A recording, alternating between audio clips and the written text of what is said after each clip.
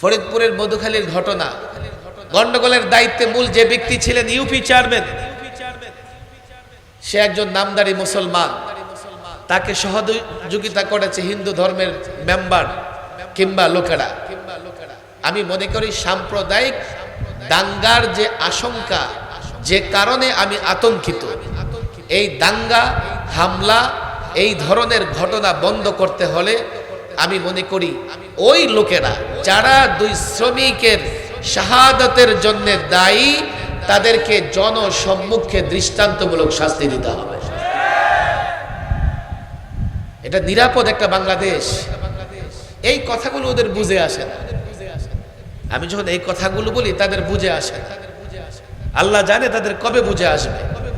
আমরা বক্তৃতা করলে মনে করে এটা তাদের বিরুদ্ধে। হ্যাঁ, তোমরা যদি দেশপ্রেমিক হও তখন তোমরা মনে করবে যে আমাদের বক্তৃতাগুলো তোমাদের। দেশপ্রেমিক প্রত্যেকটা মানুষকে এটা বুঝতে হবে, দেশের জনগণকে বুঝতে হবে, আলেম ওলামাদেরকেও বুঝতে হবে। এই জন্যে আমি মনে করি আমাদের হযরত মাওলানা আব্দুল হামিদ পীর সাহেব মধুপুর হুজুর বলেছেন, শাইখুল ইসলাম আল্লামা আহমদ শফী সাহেব কাজ করেছেন, আল্লামা জুনায়েদ বাবনগরী রহিমাহুল্লাহ কাজ করেছেন, এর আগে আল্লামা মুফতি আমিন রহিমাহুল্লাহ কাজ করেছেন, শাইখুল হাদিস আল্লামা আজিজুল হক রহিমাহুল্লাহ তিনিও কাজ করেছেন, এর আগে ঢাকার পুরান ঢাকার আকাবেরদের অন্যতম মুফতি দিন মোহাম্মদ খান সাহেব কাজ করেছেন, এর আগে হযরত হাফিজি হুজুর কাজ করেছেন, আমাদের শামসুল হক ফরিদপুরি রহিমাহুল্লাহ মুজাহিদে আজম মুজাহিদে মিল্লাত কাজ করেছেন। কিন্তু আমরা এখন এসে এই কাজ করতে পারতেছি না। আমরা ভয়ে আক্রান্ত হয়ে গেছি, আমরা ভীত হয়ে পড়েছি। আমি মনে করি এর কারণে দুটো বড় ক্ষতি হচ্ছে। সাধারণ মানুষের আস্থা নষ্ট হয়ে যাচ্ছে আলেমদের থেকে। সাধারণ মানুষের আস্থা যদি আলেমদের উপর থেকে উঠে যায়, ভবিষ্যতে আলেমরা যখন আর ডাকবে সাধারণ মানুষ সাড়া দিবে না। দুই, প্রজন্ম থেকে প্রজন্ম এই ভয় অনেকটা সংক্রমিত হচ্ছে। মাদ্রাসার মূল ব্যক্তি ভয় পাইতেছেন, ছাত্রদের ভিতরে ভয় ঢুকে গেছে। অবাক লাগে আজকাল ছাত্ররা জেনে শুনে এমন ব্যক্তিকে উস্তাদ বানাচ্ছে, এমন ব্যক্তির কাছে হাদিস পড়তেছে, এমন ব্যক্তির মাদ্রাসায় যাচ্ছে যার সম্পর্কে দেশের 90% আলেম এমনকি সাধারণ জনতাও মনে করে যে সে বিকৃত, দরবারি, চাটুকার, সে কোনোদিন সম্মান, মর্যাদা কিংবা ওস্তাদ হওয়ার যোগ্যতা রাখে না। আরে আবুল ফজল ফয়েজি হাজারবার আল্লামা মুফতি আমিন রহিমাহুল্লাহর কাছে শুনেছি, এমন আলেম ছিলেন, ওনারা তাফসীর লিখেছেন নোক্তা ছাড়া, নোক্তা বলা অক্ষর ছাড়া। তাফসীর লেখা কোরআনে কারিমের, তাও নোক্তা বিশিষ্ট অক্ষরগুলো বাদ দিয়া নোক্তাবিহীন অক্ষর আর কয়টা থাকে? এত বড় আলেম ছিলেন, সময়ের আলেমরা তাকে সাপোর্ট করে নাই। এখন দেখি একজন প্রকাশ্যে খোলামেলা ছাত্রদের মাথা বিক্রি করে, আলেমদের মাথা বিক্রি করে, ওই মাদ্রাসায় ভর্তি অর্জনের ছেলেরা লাফালাফি করে। তাহলে তোমাদের কাছে তো লবণ আর ঘিয়ের দাম এক হয়ে গেল। এমন যদি হয় যেই দেশে বড় কিচ্ছা আল্লামা মুফতি আমিনী শোনাইতেন, ঘি আর লবণের দাম এক হয়ে যায়, যদি এই ছাত্র সমাজ এই দায়িত্ব না নিতে পারে, লবণ আর ঘিয়ের পার্থক্য না বুঝতে পারে, আমাদের তখন আর হিজরত করা ছাড়া কোনো উপায় থাকবে না। কিন্তু তোমরা কি করবে? এই জমিনে তো তোমরা থাকবে, তোমরা কি করে নিজেদের অস্তিত্ব, নিজেদের ইজ্জত সম্মান টিকিয়ে রাখবে? আমি পরিষ্কার বলি, দেখেন এই বক্তব্যগুলো সরকারি দল করেন, বিরোধী দল করেন, আলেম ওলামা বুঝবার চেষ্টা করেন। আমরা একটা কঠিন সময় পার করতেছি। কত বড় কঠিন জানেন? একটু তাকিয়ে দেখেন, তিন দিকে আমরা দুশ্মন দ্বারা ঘেরাও হয়ে আছি, আরেক দিকে বঙ্গোপসাগর। আরে মায়ানমার আরাকানের মুসলমানেরা বাংলাদেশে পালিয়ে এসছে, বাংলাদেশ তাদের আশ্রয় দিয়েছে, পাহাড়ে তাদের বাড়িঘর হয়েছে। আপনারা কোথায় যাবেন? তিন দিকে দুশ্মন, আরেক দিকে বঙ্গোপসাগর। বঙ্গোপসাগরে ঝাঁপিয়ে পড়বেন, জীবন বাঁচাতে পারবেন না। আর এই দুশ্মনরা এত নিকৃষ্ট, আশ্রয় দেওয়া তো দূরের কথা, তাদের চরিত্র আমাদের সামনে। আমার যা প্রয়োজন হয় বন্ধ করে দেয়, আর তাদের প্রয়োজনে আমার সিলেট অঞ্চল বন্যায় ভাসিয়ে দেয়, আমার উত্তরাঞ্চল বন্যায় ভাসিয়ে দেয়।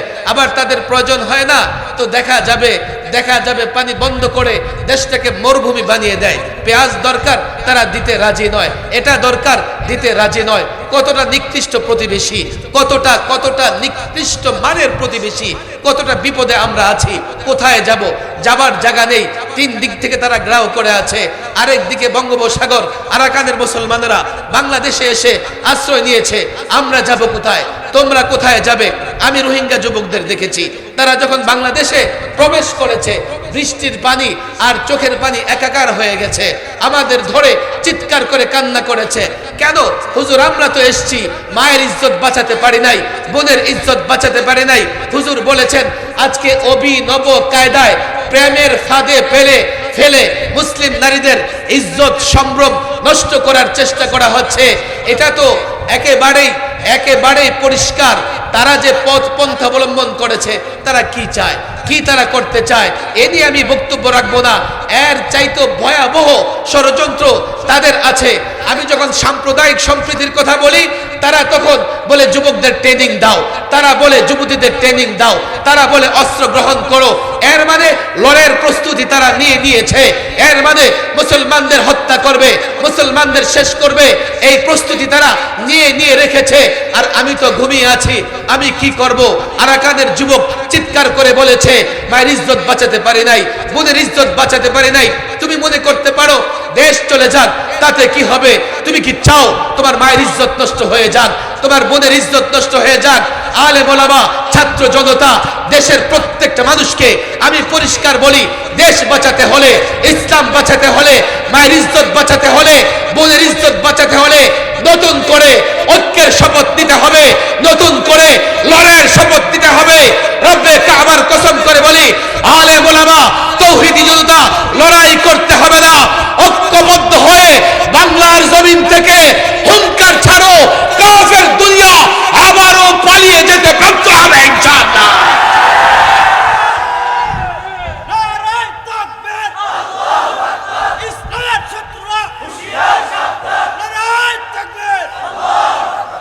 তাতারিদের মতো অবস্থা হলে ঘরের ভিতরেও বাঁচতে পারবে না। দেখো কত বড় জঘন্য কর্মকাণ্ড। আমি যদি ধরেও নেই, এই শ্রমিকরাই সেখানে আগুন লাগিয়েছে, আমি যদি ধরেও নেই, তাদেরকে হত্যা করার অধিকার কে দিয়েছে?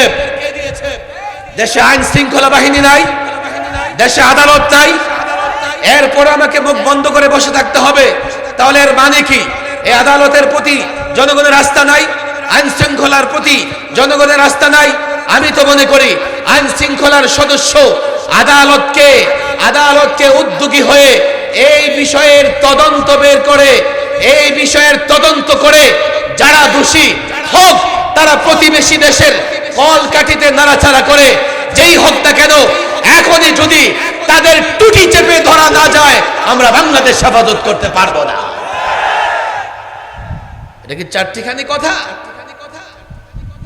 সাম্প্রদায়িক সম্প্রীতি নষ্ট করার জন্য, দাঙ্গা বাঁধানোর জন্য এই ধরনের কাজ হবে, আর আমরা এটাকে সাধারণ হত্যাকাণ্ড মনে করব?